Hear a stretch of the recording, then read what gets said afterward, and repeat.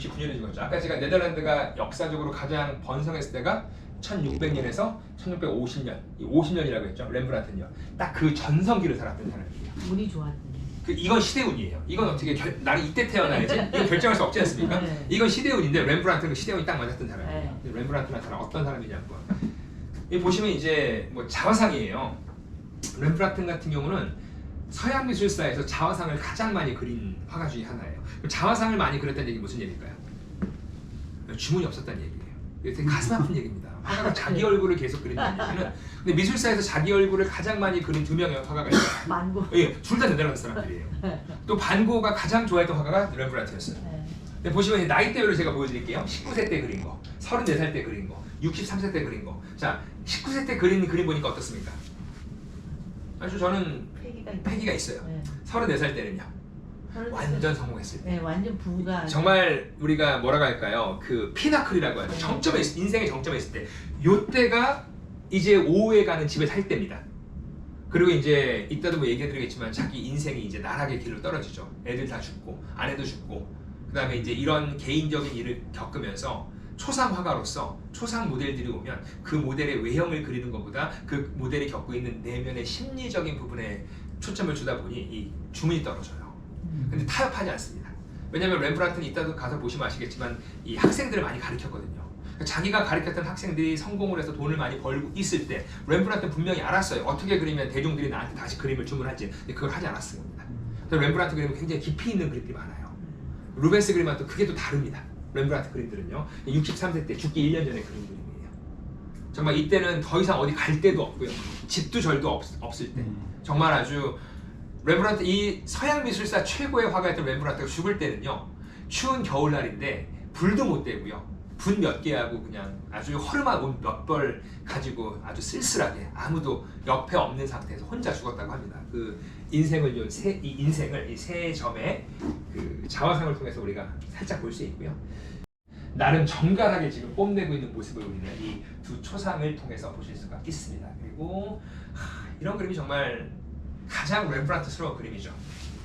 보시면 십자가에서 내리심이라는 그림이죠. 제가 아는구나. 자, 이 그림은 지금 보시면 아시겠지만 예수님이 십자가 처형을 당한 다음에 예수님을 내리는 그림이지 않습니까? 그럼 우리가 예를 들어 2000년 전에 이 상황에 직접 있었다라고 하면 예수님을 내리는 순간 그 주변에 있었던 사람들의 내면은 어땠을까요? 너무 고통스럽죠. 그렇죠. 고통스럽기도 하고 슬프기도 하고 숭고하지 않겠습니까? 지금 얘기한 이런 감정을 그린 거예요. 무엇을 가지고요? 빛과 명암을 가지고. 그러니까 서양 미술사에서 정말 많이 그려지는 주제란 말이에요. 우리가 이제 그 루벤스가 그린 그림도 보실 텐데 루벤스가 그린 그림에서는 이런 숭고함이나 이것보다도요 더 어디에 포커싱이 됐을까요? 예수님의 그런 몸, 육체의 그런 뒤틀림이라든가 또 그 뒤틀림을 통해서 일반 사람들이 그걸 보고 예수님의 그런 그 죽음에 대해서 고통을 느끼게 하는 면으로 이제 이게 표현됐다면 렘브란트 같은 경우는 정말 아주 마음속으로 심리적인 당시의 모습을 묘사한 거죠. 근데 심리를 묘사할 때 외형은 우리가 이제 역동적으로 묘사할 수가 있단 말이에요. 뭐 포즈를 역동적으로 취할 수도 있고, 근데 내면에서도 여러분들 아주 그런 분노라든가 이런 게 생기지 않겠습니까? 근데 내면에 있는 감정을 그림으로 묘사하기 굉장히 어려운 부분인데 렘브란트는 이걸 완벽하게 빛과 명암으로 이제 승화시켜낸 거죠. 아주 대표적인 그림 중에 하나가 이 그림이에요. 이제 이러한 그림을 그림으로써 렘브란트가 완전히 성공을 한 거고요. 1634년부터 42년까지 여기가 전성기입니다. 한 8년 동안 전성기였어요. 이 8년 동안 살았던 집을 우리가 오후에 가서 보는 건데 이런 그림들 이게 다 자기 부인입니다. 렘브란트 이해할 때는 여자가 2명이 있어요. 첫 번째 부인은 아들 4명을 낳아주고 죽습니다. 근데 보시면 아시겠지만 이 여자는 첫 번째 부인이에요. 근데 지금 어떤 식으로 묘사했습니까? 이 여자를 지혜의 여신이었던 아테네 여신으로 묘사한 거예요. 근데 보시면 아시겠지만 메두사의 얼굴에 찍혀있는 방패라든가 투구를 쓰고 나왔단 말이에요. 그럼 보시면 이 갑옷도 입고 있죠. 전쟁의 신이기 때문에. 그 다음에 이런 방패도 갖고 있고 투구를 쓰고 있단 말이에요. 모델은 자기 아내를 가지고 모델로 했어요. 그럼 이런 소품들은요. 이따 가서 보시면 아시겠지만 렘브란트 돈이 많았기 때문에 이걸 전부 다 수집할 수가 있었어요. 그 수집을 해서 자기가 그림을 그릴 때 쓰기도 했었고 또 학생들을 가르치다 보니까 그런 수업 시간에 이런 재료들을 다 썼던 거죠. 그런 흔적들을 오늘 우리가 가서 볼 수 있는 겁니다. 이런 그림은요. 이것도 다 지금 자기 아내예요. 임신했네요. 그렇죠? 배를 보니까. 임신을 했는데 이 여자가 입고 있는 옷이 어떻습니까? 유럽 옷이에요? 동양 옷이에요? 이게 기모노입니다. 기모노를 입고 있는 거예요. 그럼 왜 기모노를 입고 있을까요? 진짜 그러네. 왜요? 꽃 같은 느낌. 이게 17세기 네덜란드였던 겁니다. 아까 배 들어오는 거 보여드렸죠. 거기 갔다 온 배들이 그쪽 지역의 진귀한 물건들을 다 싣고 온 거란 말이에요. 그러니까 그 당시 사람들한테 얼마나 신기했을까요? 또 마찬가지로 이러한 일본에서 왔던 이러한 비단이나 이런 걸 걸칠 수 있는 사람들은 사회적으로 부자들이었겠죠. 그런 것들 뽐냈던 거예요. 기모노예요. 기모노였습니다. 그리고 이제 또 자기 아내를 기모노를 입히고 또 이제 또 꽃의 여신인 플로라로 이렇게 또 묘사를 한 거죠. 1634년이면 렘브란트가 아주 아내가 이뻐 죽을 때입니다. 왜? 아내가 굉장히 부자였거든요. 돈 많은 아내랑 결혼해서 큰 집도 샀죠. 그 집이 이제 오늘 가는 집이에요. 막 아들 낳고 있죠. 임신하고 있죠. 얼마나 이쁠 때입니까? 정말 아주 이 그림 보면 얼마만큼 지금 렘브란트가 자기 아내를 좋아하는지 사시케라는 여자였고요. 이건 이제 그 다음에 그렸어요. 또 임신한 것 같습니다. 임신을 했건 아니면 아기를 낳아서 아직 산후조리가 안 됐건 같은 여자이긴 한데 지금 훨씬 더 부어있는 모습으로 그려져 있는 거 보이시죠? 네, 부인입니다. 전부 다 이제 자기 이렇게 아내를 그린 거고요. 그 다음에 이 그림이 이제 오늘 제일 중요한 그림이에요. 오늘 이 그림까지만 설명하고 이제 나갈 겁니다. 이 그림은요, 야경이라고 하는 그림이에요. 렘브란트의 인생에서 잘 나갔던 걸 어떻게 보면 이제 정점에 있을 때 정점에서 자기의 커리어를 끝냈던 그림 중에 하나죠. 이 그림이. 왜 그러냐면 보시면 아시겠지만 야경이라고 써있죠. 우리가 이제 일반적으로 영어로 나이트 워치라고 해요. 왜 이 그림을 야경이라고 부르냐면 지금 밤에 어딘가를 나가는 것 같이 밤풍광을 그렸다라고 해서 야경이라고 하는데 원래 이 그림은 야경이 아닙니다. 자, 아까도 얘기했지만 17세기 때 네덜란드는 자 스페인으로부터 독립을 하는 독립전쟁을 했었죠. 독립전쟁을 하면서 가장 큰 문제가 뭐였냐면은 일단 이들이 언제 또 들어와서 누구를 암살하고 할지 모른단 말이에요. 그래서 민방대원들이 자기들이 돌아가면서 다 결성을 해요. 그리고 자기가 살고 있는 지역을 밤마다 순찰을 도는 겁니다. 근데 보시면 알겠지만 지금 여기 대장이 이게 스닝고프라는 사람인데 이 사람이 이제 자기가 만들어 놓은 민방대원들과 함께 뭐 했을까요? 순찰 나가는 장면을 렘브란트한테 주문을 한 거예요. 그럼 이제 렘브란트 같은 경우는 이 그림을 그릴 때 생각을 하는 거죠. 왜? 17세기 때 네덜란드에서 가장 인기 있었던 그림 중에 하나가 단체 초상이었거든요. 단체 초상이 인기 있었던 이유는 길드들이 발전했기 때문이에요. 그러니까 무슨 길드들이 발전하고 길드가 성공을 하면 길드의 중요한 멤버들이 모여서 그림을 주문하는 겁니다. 초상화들은 와서 5명이면 5명, 5명을 똑같이 그려줘야 되는 거예요. 그래서 이제 지금 보시면은 자 이런 식이 일반적으로 민방대원들을 그릴 때 전형적인 그림이었거든요. 그럼 지금 보시면 이 그림과 이 그림은 어떤 차이가 있을까요? 이거는 귀족끼리 같지 않아요? 아니에요. 그게 아니에요. 이들도 귀족은 아니에요. 똑같은 사람들이에요. 근데 이 그림을 보시면 어디에 포커싱을 한 그림이냐면 누가 있는지를 알아볼 수 있게 한 거예요. 이들은 지금 액션이 들어가 있잖아요. 포즈를 취하고 있어요. 네. 그러면 이제 예를 들어 뭐 이 사람이 됐든 이 사람이 됐든 그림 보면 어떻습니까? 알아볼 수가 있는. 여기 내가 여기 있네. 나도 여기 있어. 너 여기 나왔구나. 근데 이 그림은요? 이거 단체 사진이구만 제가. 이거는 저 단체 사진이었어요. 이 그림이죠. 같은 목적인데 렘브란트 저게 싫었던 거예요. 너무 식상한 거죠. 너무 뽐내. 그래서 이제 이 굉장한 도전이긴 한데 렘브란트 어딜 그렸냐면 지금 보세요. 지금 이 대장이 부하한테 명령을 하다라는 겁니다. 야 출동을 하자 라고 명령이 떨어지니 뒤에 있었던 대원들은 뭐 할까요? 자 출발하려고 하는 그 긴장감이 있는 순간을 묘사한 거란 말이에요. 그러다 보니까 지금 여기 이 사람은 지금 총신에 지금 화약 넣고 있는 장면이라든가 또 여기 보면 여기 지금 키가 좀 작은 사람인데 이거 투구 보이세요? 투구? 이게 투구입니다. 그리고 여기 보시면 이게 총이에요. 이 사람은 총이 이렇게 겨누고 있는 거예요. 그러니까 출발하니까 출발합시다 빵 쏘려고 하는 거란 말이에요. 쏘고 있어요. 보니까 이거 오른쪽 다리 받치고 있고요. 이렇게 포즈를 취하고 있죠 여기에. 근데 여기 이 대장 어깨 위에 뒤에 보니까 뭐가 이게 총신이란 말이에요. 총신 끝에서 이제 불꽃이 발사되고 있는 거예요. 그 순간을 잡아낸 거란 말이죠. 그러다 보니까 이제 이 앞에 있는 사람은 잘 나올 수 있으나 뒤에 있는 사람도 어떨까요? 아까 보실 때 이런 그림처럼 뚜렷하게 보이질 않는 겁니다. 그럼 이런 그림을 그린 다음에 돈 낼 때 어떻게 낼까요? 똑같이 내는 거예요. 내지. 그래서 우리가 밥 먹고 돈 각자 내는 이유가 나의 수청을 들어야겠죠. 그럼 이제 뱃사가 입장은 어땠을까요? 남편을 생각하니 못 가겠고 그렇지 않습니까? 왕이 불렀으니 가야 되겠고 그 갈팡질팡하는 갈등하는 여인의 내면을 그린 거죠. 근데 이 여자는 마음 정했잖아요. 어떻게 할 수 있죠? 목욕하고 있지 않습니까? 목욕하고 이제 왕을 만나러 갈 차비를 하는 거예요. 그러니까 이제 여기 보시면 하녀가 나와서 발까지 이렇게 씻겨주고 있는 모습인데 끝까지 마음을 정하고 왕을 만나러 가기 위해서 목욕까지 했는데도 불구하고 편지를 못 놓게 되는 거예요. 끝까지 갈등하는 그런 거, 여자의 내면이라든가 뭐 이런 그림, 이런 그림들 보시면 아시겠지만 아리스토텔레스를 그린 거예요. 근데 호머의 머리를 잡고 지식적으로, 철학적으로 고뇌하고 있는 철학자의 모습. 그 다음에 자기 아들이 4명이었는데 3명은 다 어렸을 때 죽고요. 마지막 아들이 그래도 26세까지 살아요. 근데 마지막 아들조차도 자기보다 먼저 죽습니다. 그러니까 렘브란트는 정말 이런 일을 겪었던 사람이에요. 그렇기 때문에 제가 볼 때 이렇게 저도 아이를 키우는 입장이고 선생님 다 그렇겠지만 뭐 이해를 못할 것 같습니다. 나보다 다 내 아내와 내 아이들이 다 먼저 죽고 나서 내가 예술가인데 커리어적으로 이렇게 성공하지 못했나? 그때 겪는 그런 고통이라든가 그런 좌절감이 렘브란트의 후반기 부분의 그림에서 굉장히 잘 드러나죠. 이런 그림들도 이제 오늘 보는 그림인데 제가 너무 좋아하는 그림이에요. 이 그림은요. 이게 샘플링 오피스라고 하죠. 보시면은 이게 길드들이에요.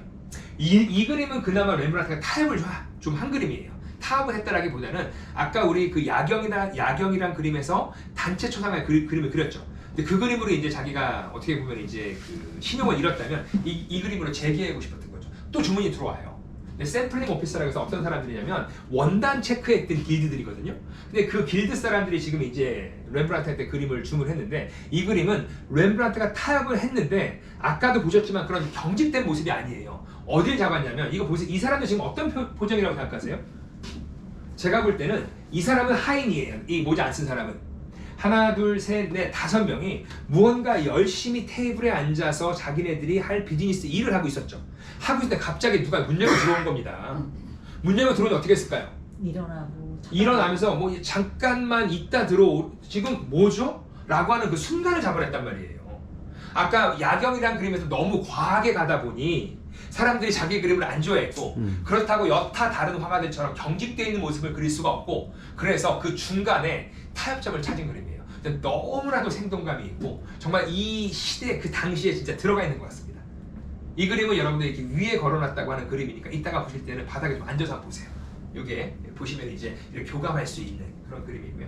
이 유대 신부 오늘도 이 그림 보시는 거예요. 그런 이렇게 뭐랄까요 간절함이죠. 유대인들이라고 하면 이 당시 때 항상 유럽 어딜 살든지 간에 핍박을 받았었는데 핍박을 받으면서도 이들이 고리대금업으로 돈을 벌었단 말이에요. 그 돈을 벌었던 유대인들이 이제 결혼하는 모습을 그려줬는데 그 얼마나 그 신랑이 아내를 이렇게 케어하고 있는 부분이고 그다음에 뭐 임신했다는 얘기도 있어요. 신부가. 그래서 이제 그 신부를 아주 이렇게 보담고 있는 그 진정성을 또 렘브란트가 이렇게 그려놓은 거죠. 이 그림은 정말 뭐 더 이상 뭐 얘기할 필요가 없는 그림이죠. 렘브란트의 최고의 걸작이에요. 렘브란트가 죽기 전에 바로 그린 그림이에요. 죽는 해에 그린 그림이에요.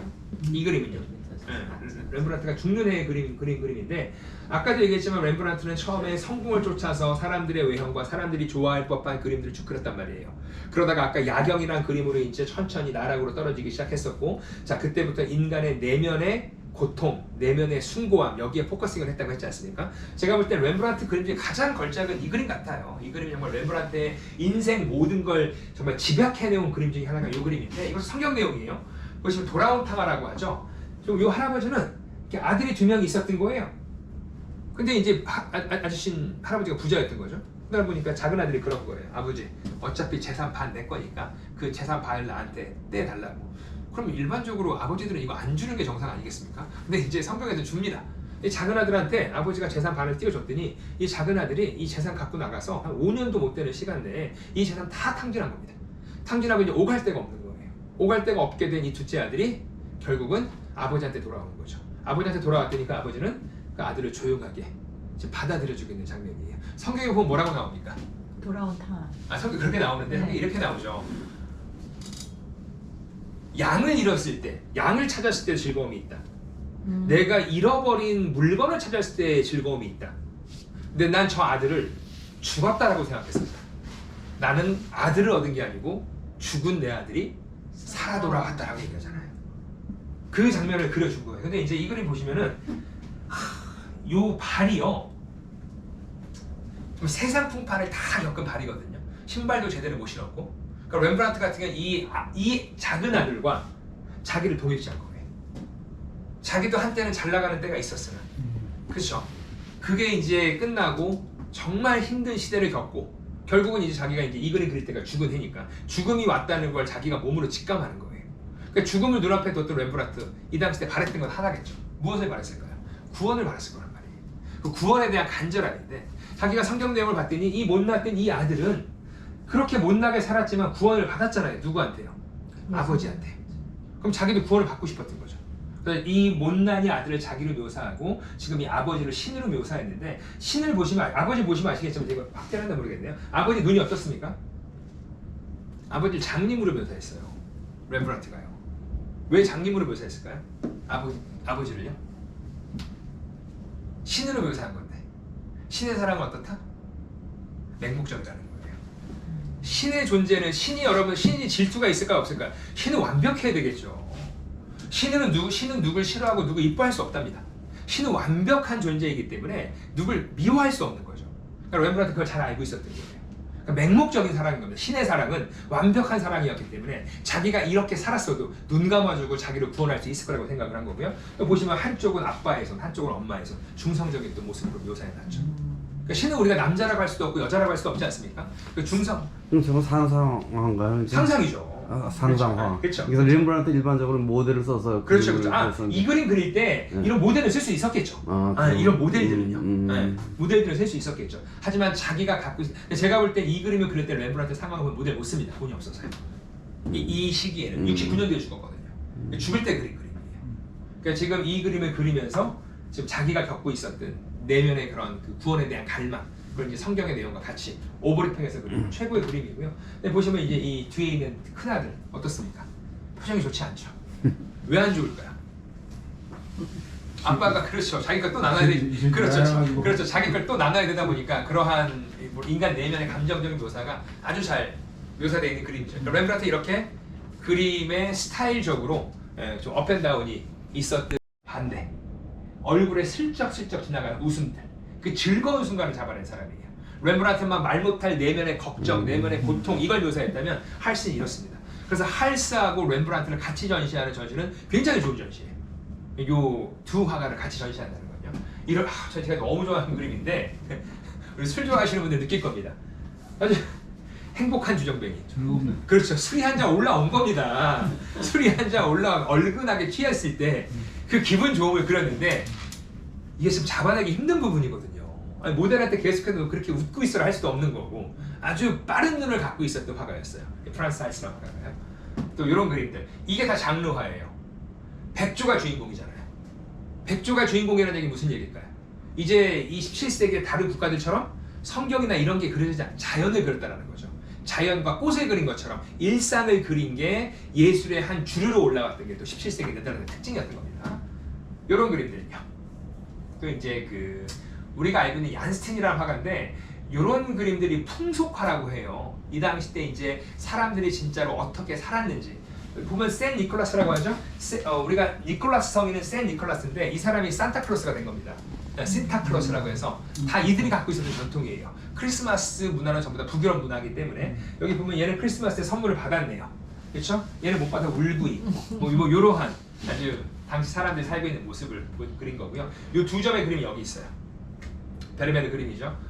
이 그림은 뭐 설명을 할 게 없는 그림이에요. 우리한테 이제 이미지적으로 굉장히 유명한 그림이긴 하나 이 그림을 통해서 우리가 이해할 건 그거죠. 17세기 왜 이런 그림이 그려졌는지 17세기 경제적으로 부유하다 보고 부유해지고 또 개신교적인 사회가 되다 보니 일반 사람들이 그림을 주문하다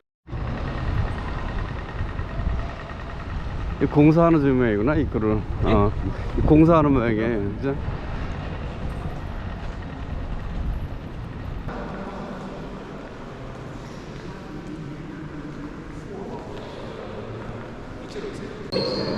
이쪽으로 오시면 이게 우리가 아까 정물화 얘기해드렸잖아요. 정물화를 우리가 미술사 용어로 바니타스라고 하죠. 바니타스는 라틴 말인데 헛되고도 헛되도다. 그러니까 우리가 바니타스라는 단어 자체가요 헛되다는 단어예요. 라틴 말로. 그러니까 우리가 이런 그림을 바니타스화라고 불러요. 그러니까 인생이 얼마나 무의미한지 이승에서의 삶이.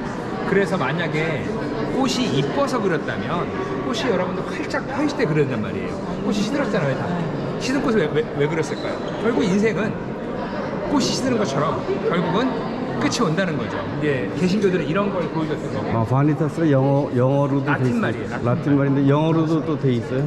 미술사 용어라서 그냥 쓰면 모를 거예요. 그 베니티 그러면 이제 비었다는 얘기인데 그렇죠. 그죠? 그거 같은 Vanity is 어원이에요. vanity. All is vanity. 그렇죠. 헛되고도 헛되이도다. 예, 맞습니다. 맞습니다. 그거고요. 요거는요. 이걸 전부 다 정물화라고 하잖아요. 우리가. 정물화 우리가 스틸 라이프라고 불러요. 장르적으로 스틸 라이프라고 부르는데 꽃만 그린 게 아니고 이런 일반 사물들을 그린 거예요. 근데 보시면 아시겠지만 여기 지금 가장 많이 그려져 있는 게 뭘까요? 바닥에 보니까 너뿐한 거예요. 그게 뭘 많이 먹었어요? 굴을 많이 먹었어요. 굴은 뭘까요? 굴, 오이스터. 굴은 서양 사람들한테 가장 잘 알려진 최고제입니다. 최고제. 그래요? 성욕자재를 요구하는 그림이에요. 그리고 우리 레몬을 까고 있죠? 벗겨주죠? 그림에서 껍질이 벗겨지지 않은 통레몬이 나오면 이건 순결함을 상징하면서 성모 마리아를 얘기해요. 근데 껍질이 저렇게 벗겨지는 건 시큼하고 자극적이죠. 저것도 전부 다 인간들이 갖고 있는 욕망을 얘기합니다. 특히 성적 욕구를 얘기해요. 개신교들로서 그걸 자제하자는 얘기를 이런 식으로 하는 거예요. 근데 이걸 다 바니타스라고 하는 겁니다. 이런 그림. 그리고 이건 치즈 그림은요. 치즈는 결국은 썩는 거예요. 다 썩어서 만들어진 거죠. 그 다음에 이제 사과는 뭐 인간의 원죄일 것이고, 저 포도는 또 예수님의 상징할 것이고, 그러니까 그렇죠. 예전처럼 우상을 만들지 않겠다라는 거예요. 굉장히 개신교적인 그림들이에요. 그러니까 제가 들어올 때 17세기 네덜란드를 대표하는 그림이라고 얘기해 드렸죠. 그러니까 이게 이 지역의 특징을 얘기하는 거고요. 이쪽으로 와보세요. 그러니까 아까 보여드렸죠. 제가 좋아하는 화가예요. 렘브란트하고 항상 같이 우리가 알아야 될 화가가 프란스 하리스라고 화가예요. 하리스 그림이잖아요. 보면 아시겠지만 지금 이제 약혼을 앞뒀어요. 그러니까 선생님들 보시기에 남자하고 여자하고 누가 더 좋아하는 것 같으세요? 제가 볼 때는 여자가 남자를 더 좋아하는 것 같아요. 여자가 아주 좋아 죽겠는 거예요. 이 남자랑 결혼하면서. 그리고 오른손에 보면 여기 반지 꼈죠. 저는 반지를 부각적으로 보여주는 이유 뭘까요? 약혼했다니 결혼했거나 얘기해요. 그 결혼을 앞둔 그 선남선녀의 그 싱거운 그 순간을 캐치해내서 설명해 드렸죠. 근데 왜 이렇게 다 일반인들이에요? 그러니까 귀족들이나 왕족들이 아니고 일반인들이 그린 거란 말이에요. 일반인들이 경제적으로 성장을 하면서 주문할 수가 있었던 거죠. 화가들은 또 마찬가지로 예전에는 다 교회들이 주문했다가 그들이 없다 보니 일반인들을 상대로 그림을 그리니 이렇게 자유로운 화풍이 17세기 네덜란드에 열린 겁니다. 제가 되게 좋아하는 그림이에요. 아까 저 그림이. 그래서 앞에서 지금 편지를 본단 말이에요. 그래서 앞에서 빛이 들어오는데 지금 저 여자를 중심으로 왼쪽 벽색깔이 떠서 약간 파란색 빛이 보이세요? 뭘까요? 뭘까요? 파란색 빛이 도는 거예요. 아니에요. 앞에 스테인글라스예요. 유리가 민유리가 아니에요. 파란색 색이 있는 유리니 빛이 그걸 통과한 거예요. 그걸 묘사한 거예요. 이게 정말 이 베르메르는 소름 돋는 사람입니다. 그래서 평생 동안 남긴 작품 몇 개가 안 돼요. 이게 하루 이틀, 한 달, 두 달에 그릴 그림이 아니거든요. 그리고 이제 뒤에 보면 지도가 있죠. 이게 다 알레고리예요. 알레고리는 상징이라는 건데, 지도는 일단 뭐 땅을 묘사한 거고, 이 여자가 편지를 읽는데 저 편지는 남자가 보냈을까요? 여자가 보냈을까요? 남자가 보냈겠죠. 그 남자 어디 갔을까요? 저 지도 어딘가 있겠죠. 떨어져 있다는 얘기예요. 근데 그 지도가 그 접힌 부분이라는 거예요. 그렇죠? 지도가 뭐 가죽에 만들지 않겠습니까? 그 지도가 이제 그림이라든가. 또 여기 보면 지금 의자가 있죠. 의자도 보시면 아시겠지만 이렇게 우리 찡이라고 해야 되겠죠. 찡을 작았을 거 아니에요? 그 찡에 지금 빛 닿는 거 보세요. 그 철로 되어 있는, 쇠로 되어 있는 그 찡에 빛이 닿으면서 반사하는 부분이라든가 정말 이런 그림은 1663년이잖아요. 그러니까 이 베르메스 후반기의 그림이에요. 거의 뭐 절정에 이르렀을 때. 베르메르 작품 중에서도. 그래서 이게 참 처음에는 좀 이렇게 미숙한 부분이 있어요. 베르메르 작품이. 근데 이 정도 오면 이제 거의 완숙기에 접어든 겁니다. 완벽하게 빛의 묘사가 나와요. 근데 우리 베르메르 그림의 특징이 있어요. 전부 다 실내에 떨어지는 온화한 빛이에요. 실내에 떨어지는 아주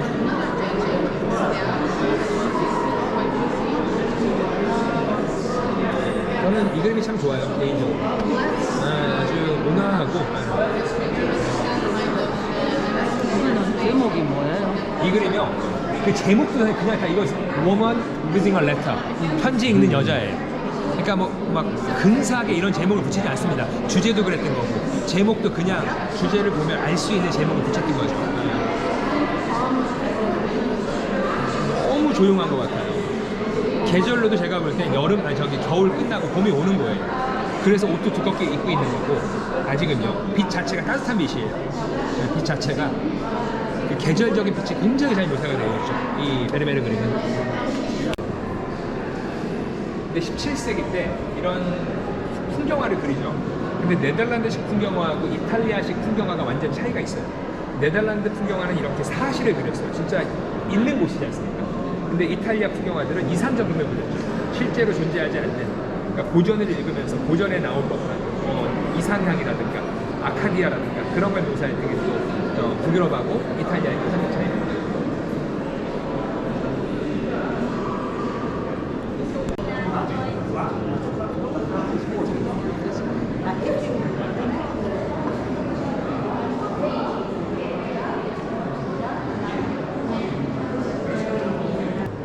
저는 이 신부가 행복해 보이지 않아요.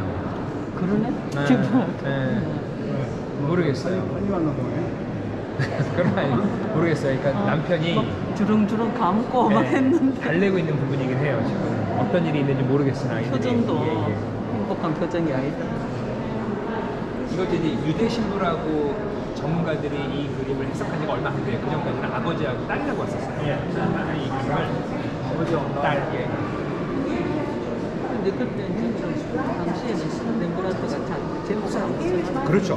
우리가 지금 알고 있는 그림 제목 저렇게 하지 않은 거죠. 그렇죠. 저게 일반적인 그림인데 렘브란트는 거기에 액션, 그 순간적인 그런 율동을 넣은 겁니다. 단체 조사기에. 저 할스가 그랬을 거예요. 이 그림이 참 뭐랄까요? 굉장히 급진적인 그림이었죠. 근데 당시 사람들은 못 받아들인 거예요.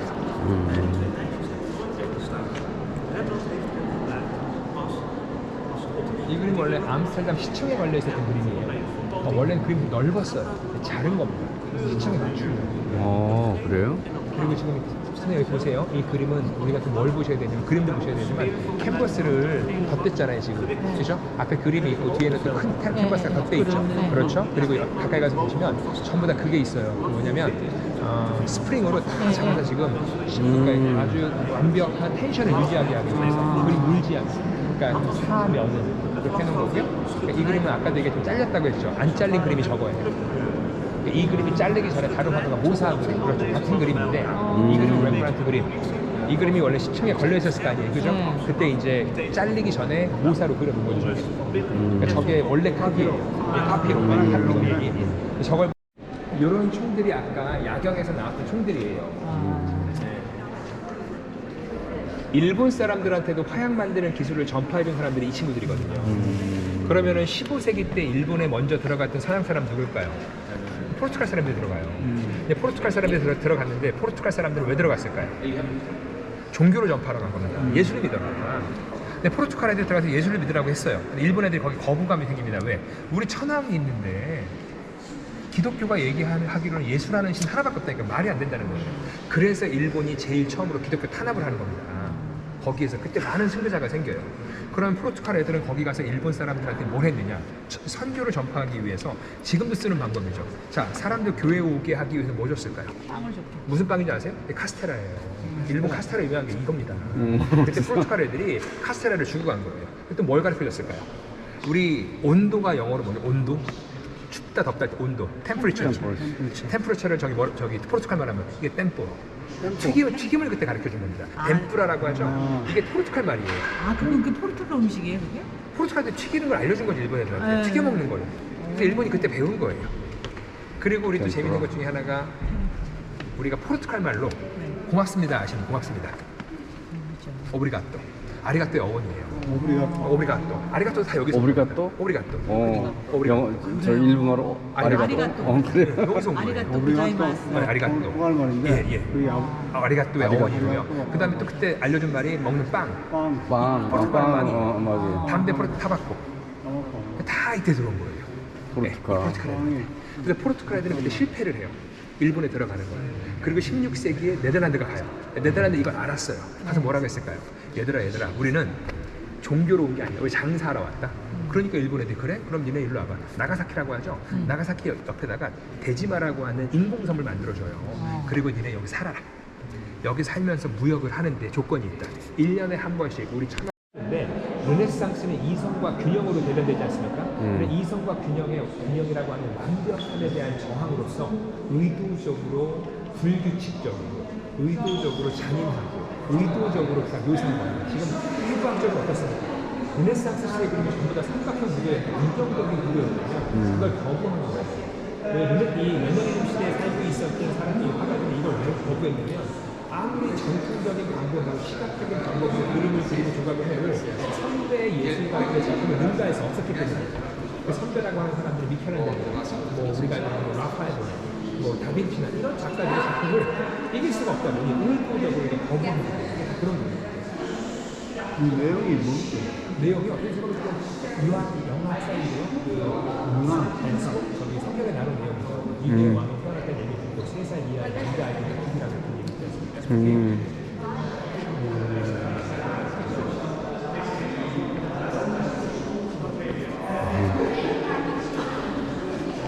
또 저런 게 대표적인 매너리즘 그림이죠. 아예 각도 자체를 아주 사람의 배치를 수직으로 했단 말이에요. 저렇게 하면은 이게 평면인 캔버스인데 저 사람의 키만큼의 깊이가 들어가는 거잖아요. 그러면서 줄어들지 않습니까?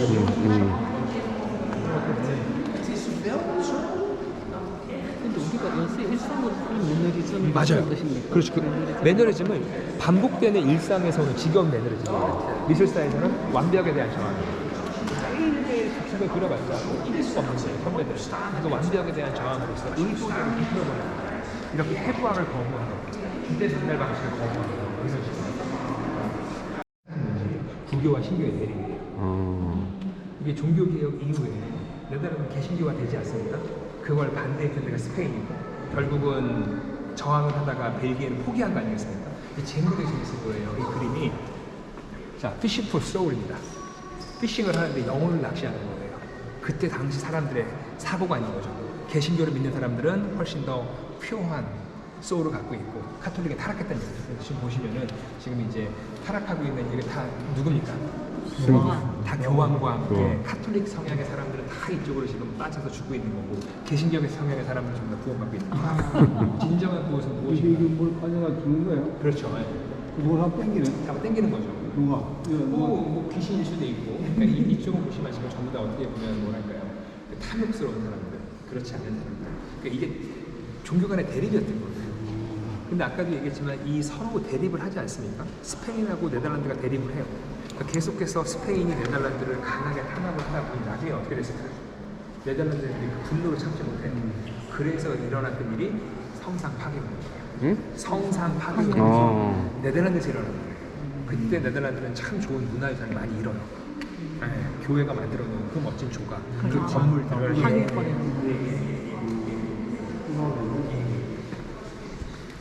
이 의상이라든가, 그렇죠? 무엇을 하면서 이제 놀았는지. 그다음에 보시면 이런 거 뭔지 아시죠? 새 덫이에요. 여기 줄 이렇게 돼 있는 거 보이십니까? 저 뒤에서 누가 숨어 있다가 모이 났다가 딱 잡으면 새. 그러네. 이게 풍속화들이에요. 풍속화. 굉장히 인간적인 그림들이 많아요, 네덜란드가. 그러네. 왜냐하면 주체가 바뀌었기 때문이에요. 종교나 귀족들이 아닌 일반인들로 주체가 바뀌다 보니까 예술이 그걸 반영하는 겁니다. 이렇게. 항상 예술은 시대의 거울이라고 얘기하는 것처럼. 예. 아이스하키 하죠. 그렇죠. 아이스하키도 하죠. 이게 다 놀이거리고 얼마나 얼음이 단단하게 얼었으면 마차도 들어오는 겁니다. 글쎄요. 말이 한 몇백 킬로 나갈 텐데. 이건 예. 온난화 때문에 요새 문화가 안 얼어서 그렇구나. 이 그죠? 강 말고 이제 바닷물하고 만나는데도 막 넓잖아요. 그렇죠. 예, 예. 그러니까 너무 추우면. 예. 추우면 그러니까.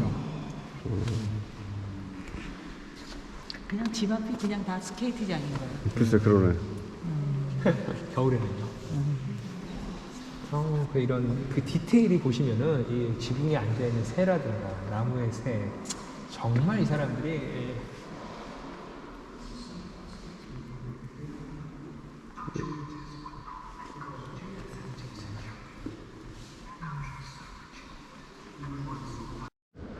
특히 이제 이 할머니가 머리에 쓰고 있는 저런 두건 그게 이제 다 실크나 이런 금실로 이렇게 수가 나져 있잖아요. 거기에 빛이 닿을 때라든가 저는 이 손이 너무 손등이 너무 기가 막힙니다. 진짜.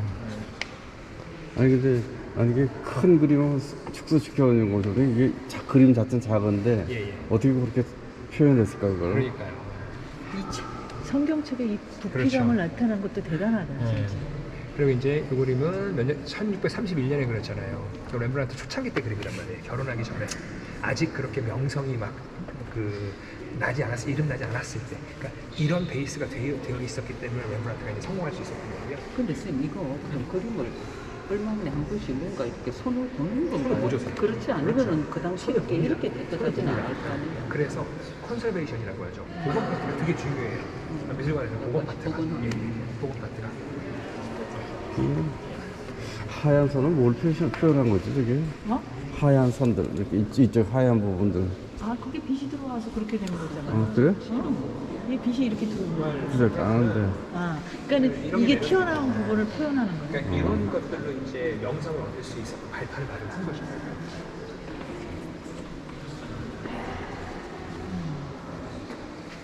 제일 튀어나온 부분을 그렇게 하얗게 표현하기도 해요. 그래서 렘브란트 제자들이 렘브란트 제자들이 되게 많아요. 렘브란트는 일단 오베 같은 곳이면 아시겠지만 공방을 운영을 해요. 공방을 운영을 하면서 많은 제자들을 키워냅니다. 근데 그 제자들이 성공한 애들이 꽤 많아요. 돈도 많이 받았어요.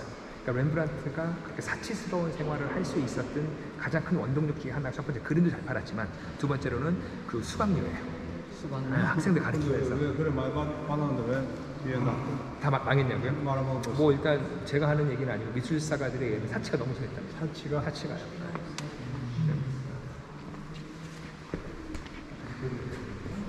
공주고요. 얘가요. 스튜어트가의 공주고요. 얘는 네덜란드 왕자예요. 약혼하는 거예요. 몇살 때고 뭐 9살 뭐 그때 약혼을 하는 거예요. 왜 약혼했을까요? 그게 다 정치적인 거예요. 체적으로 근데 이 아이가 누구냐면 우리가 알고 있는 영국의 제임스 2세라는 왕이 있어요. 제임스 2세의 딸이에요. 나중에 결국 여기로 시집을 오죠. 오렌지 공한테 시집을 살고 있었는데 아빠가 왕이 돼요. 제임스 2세라는 사람이 왕이 되는데 어떤 문제가 있었냐면 제임스 2세의 형이 있었어요. 이 형이 왕이 될 때 의회하고 좀 대립이 많았어요. 의회하고 대립이 많았던 이유는 뭐냐면 의회는 카톨릭 성향의 왕을 원하지 않았어요. 영국 개신교 국가이기 때문에. 근데 의회가 마지막으로 한번 줍니다. 그러면은 핏줄이니까 카톨릭은 왕을 한번 하겠다. 근데 이 왕이 왕을 하면서 의회하고 틀어지고 계속해서 카톨릭으로 돌아가려고 하다 보니 의회가 이제 희망이 없다는 걸 파악하게 된 거예요. 그리고 왕을 바꾸고 싶었었는데 어떻게 바꿨을까요? 제임스 2세 딸이라고 했죠. 아버지가 왕인 상태에서 의회가 딸한테 편지를 씁니다. 영국 의회가 여기로 시집 와 있는데 편지 내용이 뭐였냐면 아버지가 정치를 너무 못해서 영국이 앞날에 희망이 없으니 그렇죠. 군대를 이끌고 들어와서 아버지의 뒤통수를 치고 앞발 몰아낸 다음에 영국의 여왕을 하면 어떻겠냐라고 이 여자한테 얘기하는 겁니다. 그럼 이 여자는 그걸 받아들였을까요? 안 받아들였을까요? 받아들였죠. 받아들입니다. 네. 받아들여서 쳐들어오죠. 네, 받아들여서 이제 자기 남편과 함께 군대를 끌고 들어오는 거예요. 근데 이 군대를 부른 건 누굽니까? 영국 의회가 의회. 불렀죠. 네. 근데 영국은 저항하지 않아요. 문 열어줍니다. 왕이었던 이 여자의 아빠는 자기가 이 일을 수습하려고 했는데 주변에 사람이 없는 거예요. 자기가 프랑스로 도망갑니다. 그 빈 자리에 둘이 들어가서 왕과 여왕을 하는 거예요. 그 영국 사람들은 역사적으로 이 혁명을 명예롭게 했다고 해서 이게 명예혁명이에요. 명예혁명의 주인공들이에요. 무혈혁명이 그렇죠. 그게 무혈혁명입니다. 또 피를 한 방울도 흘리지 않았다고 해서 무혈혁명이라고 얘기를 해요. 그 아빠는 어떻게 됐어요? 프랑스 와서? 왜냐면 외갓집이 베르사유거든요. 외갓집이 베르사유에서 거기 가서 끝난 거예요. 그러면 제임스라고 했죠? 제임스는 스코틀랜드 사람들 이름이란 말이에요. 이들은 전부 다 스코틀랜드 내려온 사람들이고 그런데 이때 왔던 이 둘을 인정하지 않았던 스코틀랜드 사람들이 있었겠죠. 계속 제임스 왕을 지지했던 이 사람들이 자코바이트라고 하죠. 왜 제임스를 라틴 말로 하면 제이콥이에요. 다 같은 사람들이에요. 야고브라고 해요. 한자로는 야고브라고 야곱은 해요. 그 이스라엘 말이 야곱이네. 그렇죠. 우리는 한자로 번역한 걸 쓰는 거니까 이게 다 얘기하자면 굉장히 긴데 그 자코바이트들이 계속해서 제임스 왕을 지지하고 이 둘이 영국의 왕과 여왕을 하면서 그들을 이제 탄압했던 거죠. 근데 이들이 이제 둘이 와서 이제 왕과 여왕을 하지 않습니까? 이 사람 윌리엄 3세, 이 사람이 이제 메리 여왕으로 이제 같이 살아요. 이들이 애들이 없었어요. 상대 스코치 예, 아니요. 그래서 동생한테 가요. 네, 그 동생이 앤 여왕이에요. 앤 여왕이 그래서 스튜어트의 마지막 왕조인 거죠. 뭐 여하튼 뭐 그런 이야기고 복잡합니다. 그리고 이게 저처럼 매일 얘기를 하면 머릿속에 들어오는데 그렇지요. 예, 한번 들어서는 이게 그냥 듣는 순간에 재밌게 들으시면 돼요. 듣는 순간에. 그래서 이제 생기기를 좀 이상이 생겨야 돼. 여성을 가든 다 궁전 안에 장식되어 있는 도자기나 가구나 중국 거예요. 그래요? 그럼요. 오. 17세기 특징이었죠. 이게 항해술이 발전하면서 이거 다 진기는 거 갖고 오는 거예요. 갖고 오다 보니까 이들이 어떤 욕심을 했냐면요. 만들고 싶으면 못 만드는 거예요. 근데 이렇게 이제 백자를 처음으로 여기서 구현해낸 데가 독일의 마이센. 그렇지. 마이센이 유명한 거예요. 돈도 이 비슷하잖아. 자기가 좋아하는 영국 거 뭐냐 그 그 로얄 델트? 로얄 델트 다 그거는 그때 이야기예요. 그 후에 다 이제 중국에서 이제 영향을 받아서 본 차이나. 네덜란드도 그래서 그걸 해요. 본 차이나. 그렇죠. 네덜란드는 로얄 델프트를 만들었네요. 로얄 델프트. 델트. 예, 델프트 가지 않습니까? 로얄 델프트가 거기가 원산지예요. 다 이렇게 이게 다그 청금석이에요. 그리고 색깔이 그걸 갖다가 이제 네덜란드가 만들어서 이게 베이스였어요. 이제 관 풍요로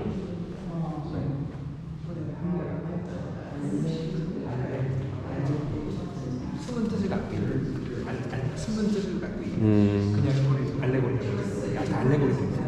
그러니까 겨울에 대한 알레고리. 써있네요. 알레고리 오브 윈터. 알겠습니까? 알레고리 오브 윈터라고 써있죠. 영 워밍 허 핸즈라고 써있고 젊은 여자가 손을 불에 쬐고 있다라는 뜻이고 저기 우리가 불입니다. 그 석탄에 불 붙은 거죠. 추우니까 화가 저거 이거는 풍요로우시.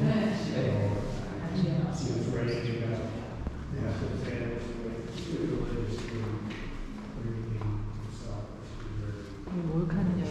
응?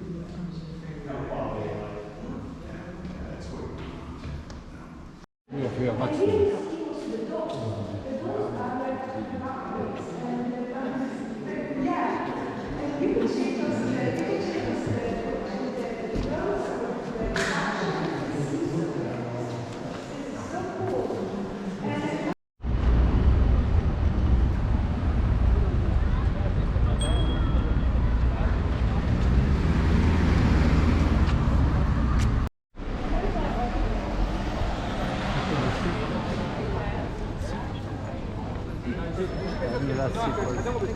예. 이 자전거 길.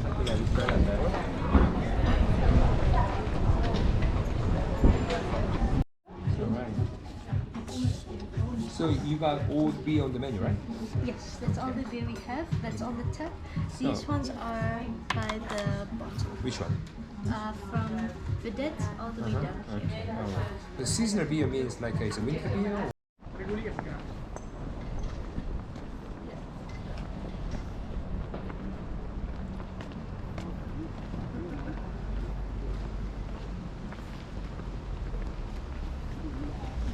우리 그럼 안 찍어도 돼.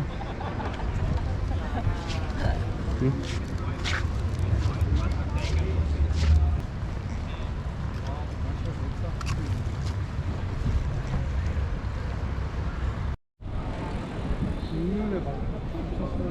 여기요? 이렇게 왼발 파스랑 써있고요. 이건 이제 박물관이 되었죠? 여기 입구예요. 이 집이에요. 이 집을 샀던 겁니다. 그래서 또 반지하부터 1층, 2층, 3층, 4층까지 다 썼던 겁니다. 왼발가. 예. 굉장히 큰 집이었던 거죠. 그러네요. 네, 굉장히 큰 집이에요.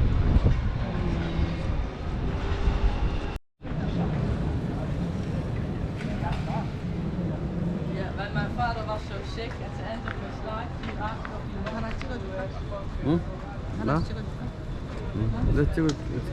아 싫어. 왜? 싫어 싫어. 렘브란트. 갖고 오셨어요? 저희 있어요. 안 갖고 왔어요. 한국말 안 나오잖아. 나옵니다. 아 진짜? 예. 정말 그런 거 갖고 왔어. 14번인가 몇 번이 한국말일 거예요.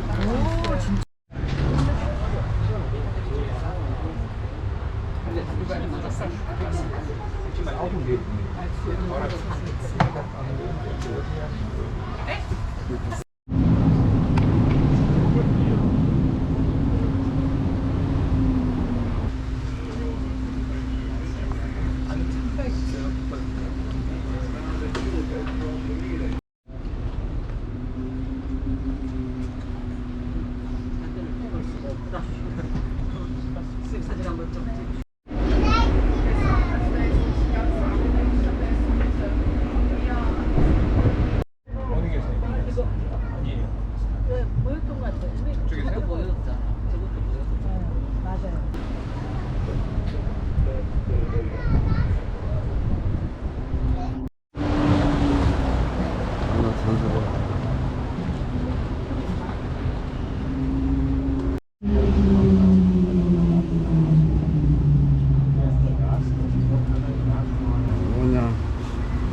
세대나 이쪽 사람들은 더 부드러운 것 같지? 그쪽 사람보다. 오늘 어떻게 자동으로 많이 타지?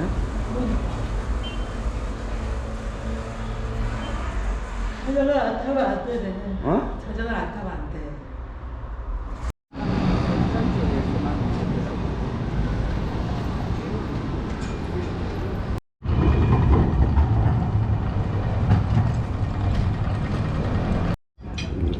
저도 그래요. 안 먹고 이제 까먹어서 그렇지.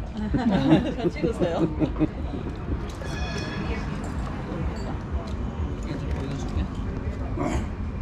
건물 양식의 차이. 뾰족뾰족? 아. 그렇죠. 이거는 고딕이라고 하죠. 우리 12세기, 13세기에 유행했던 뾰족뾰족한 건물이고요. 흰 고전은 말 그대로 고전을 부활시킨 거예요. 근데 유럽 사람들한테고전은 그리스 로마고요. 근데 그리스 신전 같잖아요. 삼각형의 기둥서 있죠. 그렇지. 이건 신고전이라고 해요. 파르테논 신전하고 뭔가 같은 이런 느낌, 비슷한 느낌. 맞습니다, 맞습니다. 신고전과 신고딕이 딱 마주보고 있는 거죠. 건물 형태적으로요. 네. 이거 어디 아니 저기 오래된 거죠. 이거 어디 예. 뒤에 얼마? 이건 1855년이라고 합니다. 일본 사람들이 지어줘. 아, 그래요? 진짜 지어줘. 이게 이제 새로운 그거고 저기 원래 있던 게 광고고 이 지역은 이제 원래 있었던 거. 아, 일본 사람들이. 그래요? 일본 사람들이